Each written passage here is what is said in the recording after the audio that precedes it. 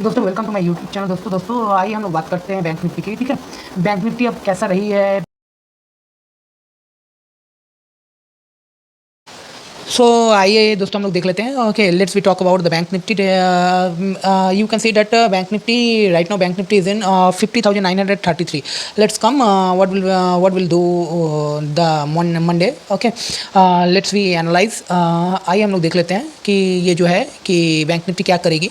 तो यहाँ पे देख रहे हैं कि जो बैंक निफ्टी है, ठीक है दोस्तों, देखो एक बात आपको बता दूँ कि बैंक निफ्टी जो है वेरी क्लियर, ठीक है, वेरी क्लियर बैंक निफ्टी जो है एक आप बोल सकते हो कि बैंक निफ्टी मुझे जो लगती है वो पॉजिटिव लगती है, निफ्टी थोड़ी नेगेटिव लगती है। लेकिन अब ऐसी बात है कि देखो मार्केट जो है, ठीक है, मार्केट को अगर गिरना होता तो परसों ही गिर जाता वो, ठीक है। तो मार्केट वैसे भी गिरने उसको है करीब करीब फिर से एक बार वो टच कर सकती है। कहाँ? अगर गैप अप खुल गई तो ये पॉसिबल नहीं है, मे बी पॉसिबल है कि वो कहाँ चला जाए, तो 51,400-500 की तरफ चला जाए। ठीक है, देखियो यहाँ दो फैक्टर मुझे दिख रही है, ठीक है, क्योंकि एक जो है दोस्तों, क्योंकि फेड का जो चेयरमैन है पॉवेल, वो आके और कल जो बोल दिया है, जो फ्राइडे को बोला, ठीक है, कि हम लोग रेट कट जो है वो कर सकते हैं सून, क्योंकि उन्होंने ये एक्सपेक्टेशन जताई कि मतलब रेट कट और भी होनी चाहिए, ठीक है, उनके लिए और भी रेट कट के सामने वो आ जा रहा है। तो यहाँ पे जो है दोस्तों, आइए हम लोग देख लेते हैं कि यहाँ क्या हो सकती है। देखो दोस्तों, जो आपको बता दूँ रेट कट, अगर रेट कट के बारे में जो बोला है उसके लिए हमारा जो SGX निफ्टी भी हम लोग देख पा रहे हैं कि अभी 103 पॉइंट ऊपर है, ठीक है, मतलब क्या वो इंडिकेशन दे रही है कि मे बी एक गैप अप हो जाए, ठीक है। लेकिन यहाँ जो है हम लोग टेक्निकल पे जब देखते हैं तो टेक्निकल पे ये हम लोग को बताता है कि टेक्निकल की मार्केट थोड़ी सी नीचे आनी चाहिए, ठीक है, करीब करीब कितना वो भी मैं बता दूँ कि मार्केट करीब करीब देखो ये जो गैप है ना, इस गैप को फुलफिल करना चाहिए। मतलब क्या, यहाँ तक करीब करीब 50,600 तक वो फिर से जा सकती है, ठीक है, लेकिन जा सकती है, ठीक है, लेकिन वो आफ्टर में भी अब वो एक गैप अप हो जाए, वो जो न्यूज़ के कारण हुआ है, और फिर उसके बाद आने वाली है GDP डेटा वगैरह बहुत कुछ आने वाली है, वो कल नहीं, वो थर्सडे को आएगी, ठीक है।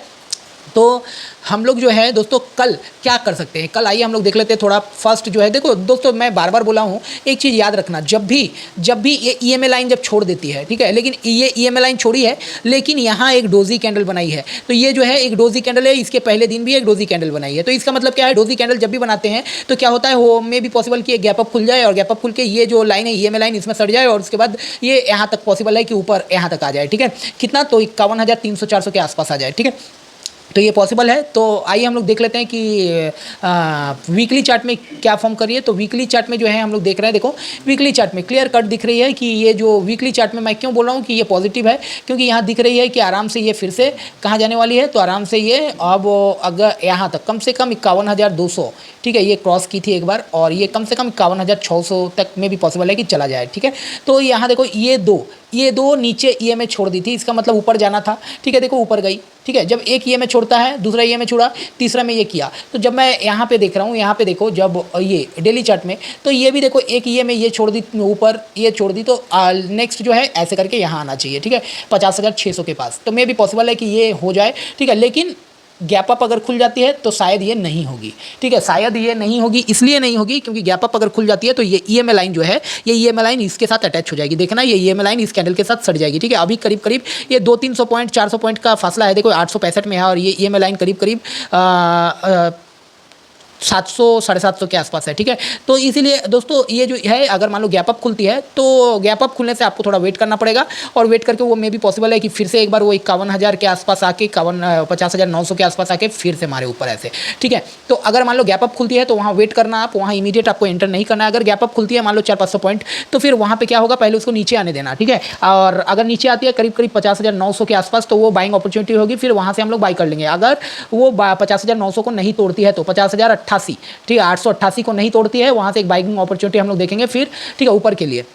और अगर मान लो फ्लैट खुल जाती है, अगर फ्लैट खुल गई में भी पॉसिबल है कहाँ आ जाए, तो करीब करीब 50,500-600 के आसपास आ जाए, ठीक है, 400 के आसपास आ जाए अगर फ्लैट खुलती है तो। और गैप डाउन होती है तो कोई बात ही नहीं दोस्तों, गैप डाउन होती है तो करीब करीब आ जाएगी वहाँ, उसके बाद आपको वो बाइंग अपॉर्चुनिटी ही होगी, ठीक है। फिर आप वहाँ से अगर 50,500 के आसपास से आप कॉल बाई कर सकते हो, ठीक है, लेकिन 50,500 बिल्कुल स्टॉप लॉस आपको मेंटेन करना पड़ेगा दोस्तों। आइए हम लोग देख लेते हैं थोड़ा इससे।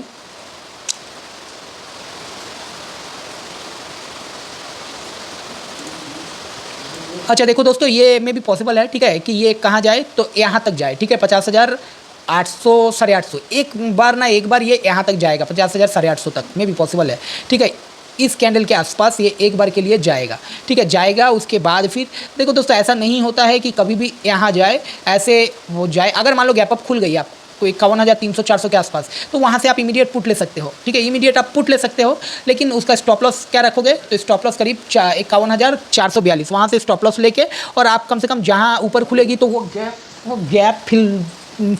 गैप जो है वो फिल करने के लिए वो आएगी, ठीक है। तो दोस्तों आइए हम लोग देख लेते हैं कि ये जो है वीकली चार्ट में क्या दिख रही है।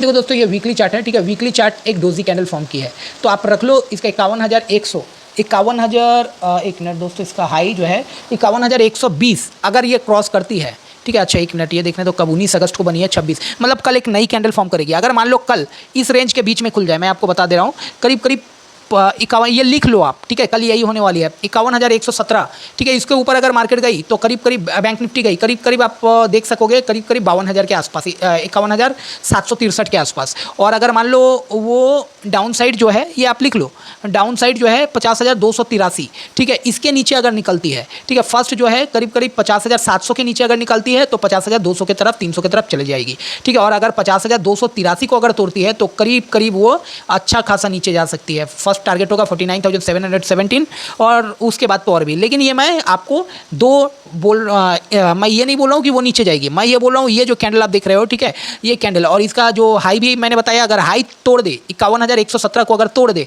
तो मे भी पॉसिबल है कि ये अच्छा खासा मूवमेंट यहाँ से दे दे, ठीक है, ऊपर साइड अप साइड का। और अगर नीचे तोड़ती है करीब करीब 50,325, ठीक है, लेकिन 50,325 तक जाने में इसको अभी 500 पॉइंट और नीचे जाना पड़ेगा, ठीक है, मतलब वो ऑलरेडी बहुत गिर जाएगा, तो उसके लिए उसके बाद वो कोई जगह बनती नहीं है।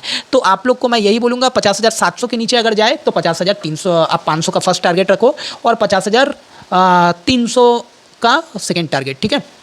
तो दोस्तों आइए हम लोग थोड़ा देख लेते हैं HDFC बैंक। तो HDFC बैंक क्या कर सकती है, देखो दोस्तों HDFC बैंक, ठीक है, HDFC बैंक जो हम लोग देख रहे हैं कि देखो ये एक कैप एंड हैंडल जैसा पैटर्न बनाई है ये, तो मे भी ये पॉसिबल है कि कल यहाँ तक फिर से चला जाए, करीब करीब इस हाई को एक बार टच करे, ठीक है, 1650, ये 25 के पास आसपास बंद हुई है। आइए हम लोग देख लेते हैं डेली चार्ट में, ताकि हम लोग को थोड़ा आवरली चार्ट में, ताकि हम लोग को थोड़ा समझ में आए, ठीक है। देखो दोस्तों ये पॉसिबल है कि कल इसको जाना है यहाँ, ठीक है, 1618 के पास एक बार के लिए इसको सपोर्ट मिल जाए। अगर 1618 के नीचे अगर मान लो HDFC बैंक गई, ठीक है, if HDFC bank break down the support of 1618, okay, then it will go to where, तो 1600,